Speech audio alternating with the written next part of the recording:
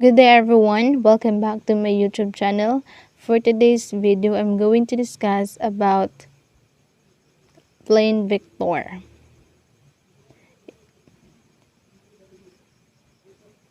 Scalar and vector. Scalars, quantities such as a time, temperatures, and speed which have a magnitude only. Scalar we denoted by the letter A, B, C, temperatures of 80 degree F, and speed 60 km per hour. Vector are the quantities such as a force, velocity, accelerations, which have both magnitude and directions. It represents the geometrically bidirected line significant the directions of arrow, the angle that it makes with some fixed directions line of the plane is the directions of the vector, and the length of the arrow represent the magnitude of vector. Vector will be denoted in bold type by letter A, B, C, or by an expression of the form OP, where assume that a vector goes from 0 to P. Force will be 300 and over S. Velocity is 50 meters per second plus waste. Example,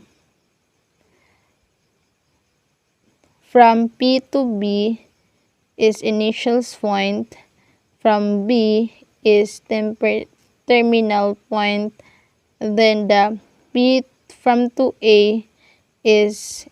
from to is terminal point, then the A will be the scalars. Scalars product. The scalar or dot product of vector A and B is defined by A multiplied by B, AB cos theta, where theta is a smaller angle between the two vectors. They are drawn in common initial point. Example, so RA is 8I negative 12Z, and RB is 6I negative 7Z. So RW is 3A minus 4B. So we're going to substitute the value of A and B. So the value of A is 3, 8I minus 12Z minus 5, 6D minus negative YZ. Then we're going to multiply. So 2 times 3 is 24. 2 times 12 is 36. Then 5 times 6, 30. Then 7 times 5 is 35. Then we're going to 24, 36 minus integration is equal to negative 6I minus Z. So that's our answer, the negative 6I minus Z.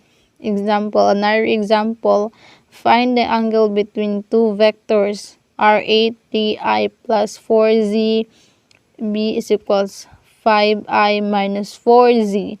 So the formula is A multiplied by B is A to cos theta. So E times B over A to B. So we're going to substitute. So 3 times 5, we're going to multiply the B, 8 and B. So 3 times 5, then 4 and negative 4. So we have, then we're going to square it in the denominator. So square root of 3 squared plus 4 squared is square root of 5 squared plus negative 4 squared. So we have cos theta 15 minus 16 square root of 9 plus 16, square root of 12 plus 16. So the cos theta, the answer is 1 over 5 square root of 41. So if to write cos theta is equal cos 1 over 14. If we're going to write into using the calculator, so we have 91.98 degree.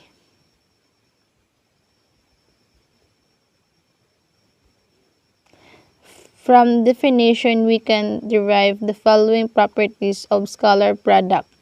Property 1, commutative law. Multiply by A times B is equals B times A. Property 2, A times B is equals A squared and A is equals A multiply to A. Property 3, A times B is equal to 0 if and only if E is equal to 0 or B is equal to 0 is A is a perpendicular to B. Property 4, A multiplied by E is equals Z multiplied by Z is equals to 1 and I multiplied Z is equal to 0.